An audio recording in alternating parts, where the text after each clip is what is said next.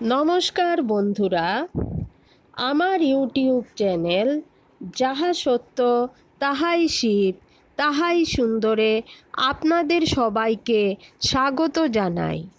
আজকে আমি আপনাদেরকে পাঠ করে শোনাব রামায়ণের আদিকাণ্ড থেকে নিমন্ত্রিত রাজগণের অযোধ্যায় আগমন ও যজ্ঞারম্ভ। তার আগে বলে রাখি, আমার এই ভিডিওগুলি যদি দেখে আপনাদের ভালো লাগে তাহলে আমার এই ইউটিউব চ্যানেল যাহা সত্য তাহাই শিব তাহাই সুন্দরকে সাবস্ক্রাইব করে আমার পাশে থাকবেন। পুনরায় বসন্তকালের আগমনে সংবৎসর পূর্ণ হইল। তখন বীর্যবান রাজা দশরথ পুত্রলাভের নিমিত্ত অশ্বমেধ যজ্ঞার্থ বশিষ্ঠ ঋষির নিকটে গমন করিলেন। পরে তিনি দ্বিজোত্তম বশিষ্ঠকে যথাবিধি পূজা করিয়া সবিনয়ে এই কথা বলিলেন, হে মুনিপুঙ্গব, আপনি যথাশাস্ত্র আমার যজ্ঞ অনুষ্ঠান করত এরূপ বিধান করুন, যাহাতে ব্রহ্ম রাক্ষস প্রভৃতি যজ্ঞ বিঘ্নহারীরা যজ্ঞের কোনো অঙ্গে কোনো বিঘ্ন করিতে না পারে। হে ব্রাহ্মণ, আপনি আমার পরম গুরু ও একান্ত সুহৃদ এবং আমার প্রতি আপনি স্নেহ করিয়া থাকেন। অতএব আপনাকে এই যজ্ঞের ভার অবশ্যই বহন করিতে হইবে। অনন্তর সেই দ্বিজসত্তম বশিষ্ঠ রাজার বাক্যে সম্মত হইয়া তাহাকে কহিলেন, আমি আপনার প্রার্থনানুরূপ সমস্ত কার্যই সম্পন্ন করিব। তৎপরে বশিষ্ঠ ঋষি ব্রহ্ম কর্মকুশল বৃদ্ধ ব্রাহ্মণ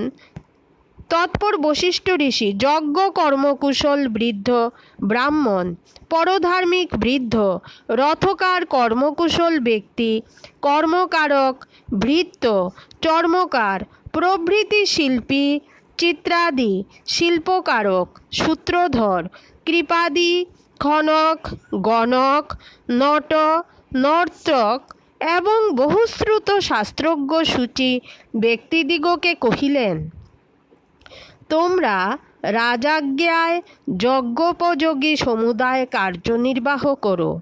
তোমরা বহুসংখ্যক ইষ্টক আনয়ন করিয়া নানা গুণ সমন্বিত রাজযোগ্য, বহুল গৃহ, ব্রাহ্মণদিগের বাসযোগ্য, বহুবিধ ভক্ষ এবং অন্ন ও পানযুক্ত শত শত সুদৃঢ় উত্তম গেহ, পৌরগণের বাসযোগ্য অনেক আবাস, বহু দূরস্থ প্রদেশ হইতে সমাগত নরপতিগণের পৃথক পৃথক শয্যাগৃহ এবং অশ্ব ও হস্তিশালা, স্বদেশী ও বিদেশী ভট্টদিগের বৃহৎ বৃহৎ বহু আবাসগৃহ এবং ইতর পৌর ব্যক্তিদিগের বাস নিমিত্ত সমস্ত কাম্যবস্তু সমন্বিত বিবিধ ভক্ষশালী সুশোভন অনেক গৃহ নির্মাণ করো।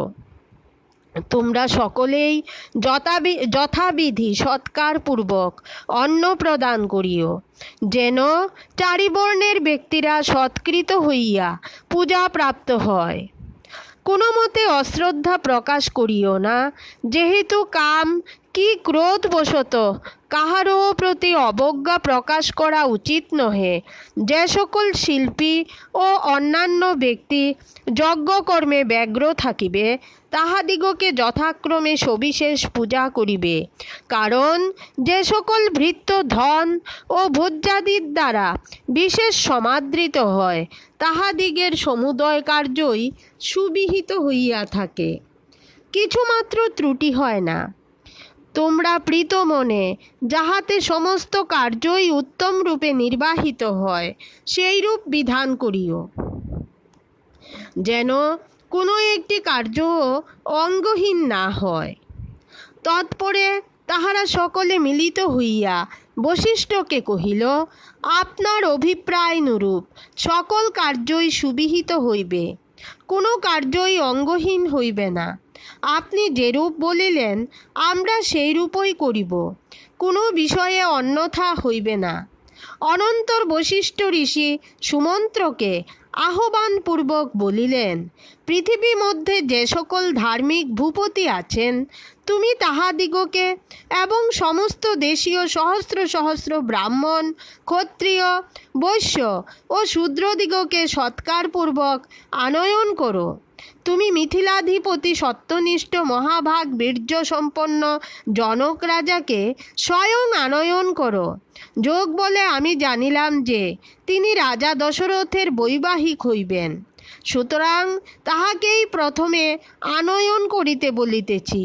তুমি সতত প্রিয়বাদী স্নিগ্ধ স্বভাব দেবতুল্য সাধু চরিত্র কাশীরাজ রাজসিংহ দশরথের শ্বশুর, সেই পরম ধার্মিক বৃদ্ধ সপুত্র কেকয় রাজেন্দ্র দশরথের প্রিয়বয়স্য অঙ্গাধিপতি মহেশ্বাস সপুত্র রোমপাদ, কুশলরাজ ভানুমান এবং সর্বশাস্ত্রবিদ পরমোদার চরিত শৌর্যসম্পন্ন প্রাপ্তি বিষয় ভিজ্ঞ নরশ্রেষ্ঠ মগধেশ্বরকে সৎকারপূর্বক স্বয়ং এখানে আনয়ন করো।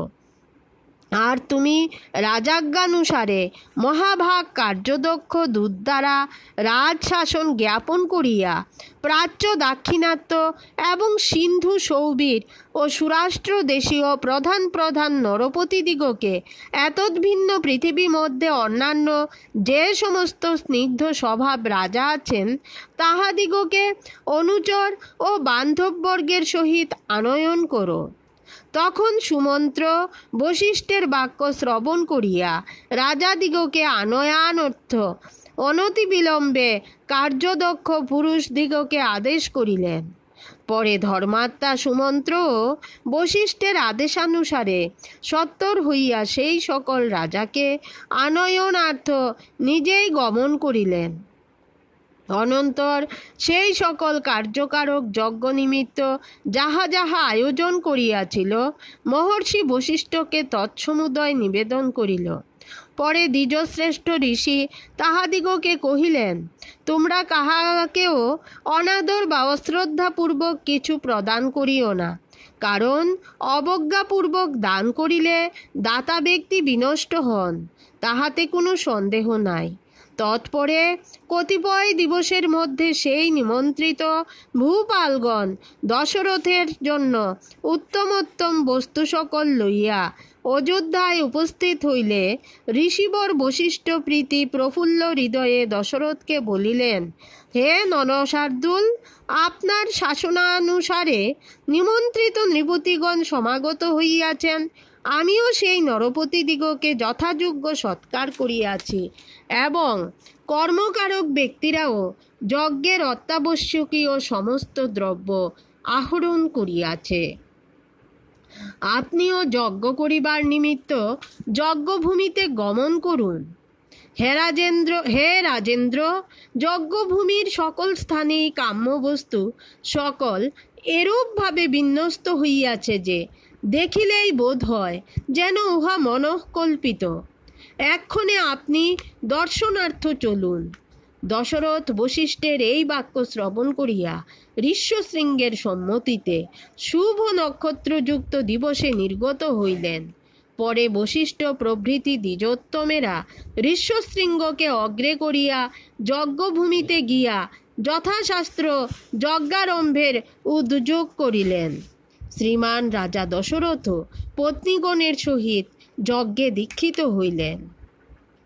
জয় শ্রীরাম, জয় সীতারাম।